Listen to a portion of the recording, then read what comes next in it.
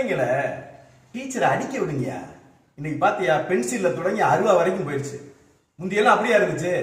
பிள்ளைங்களை பெத்தவங்க கூட்டு போய் டீச்சர்கிட்ட கொடுத்து அண்ணாலாம் அடிங்கன்னு சொன்னாங்க. இன்னைக்கு அடிச்சா உனக்கு கோவம் வருது. அதான் இந்த வேணை அருவா வரைக்கும் பையன் தூக்கிட்டு போறான் அப்படின்னா இன்னைக்கு அதான் நிலைமை. நாங்கெல்லாம் படிக்கும் போது 1ஆம் கிளாஸ்ல அமலா டீச்சரை பார்த்தா அரண்டு போயிருவோம். பாத்திமா டீச்சரை பார்த்தா பயந்து போயிருவோம்.